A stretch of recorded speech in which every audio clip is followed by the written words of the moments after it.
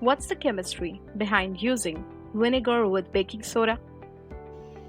Let's first understand the baking soda. It's found in every kitchen under the name cooking soda or soda bicarb, used to puff up cakes, cookies, dhoklas, and instant idlis. So what's it called in chemistry? Sodium hydrogen carbonate or sodium bicarbonate. Its chemical formula is NaHCO3. That's the structure of baking soda you've been using all this while. Let us come to vinegar now.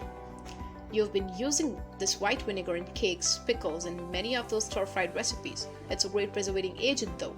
But what's it called in chemistry? It's actually acetic acid that's diluted to about 90% and also known as ethanoic acid. CH3COOH is the chemical formula, and that, folks, is the structure. But hey, what happens if we add that baking soda to a glass of vinegar? Whoops, an instant reaction.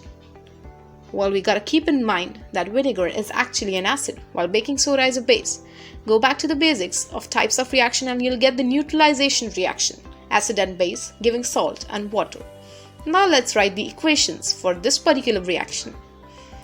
It's actually a two-step reaction. Firstly, sodium bicarbonate and acetic acid react, giving carbonic acid. Instantaneously, that carbonic acid decomposes to form water and carbon dioxide, which is given out. Interesting, isn't it? So the next time you eat those delicacies, don't forget to acknowledge the wisdom used to make them fluffy and puffy. With love from carbon dioxide. Thank you for watching.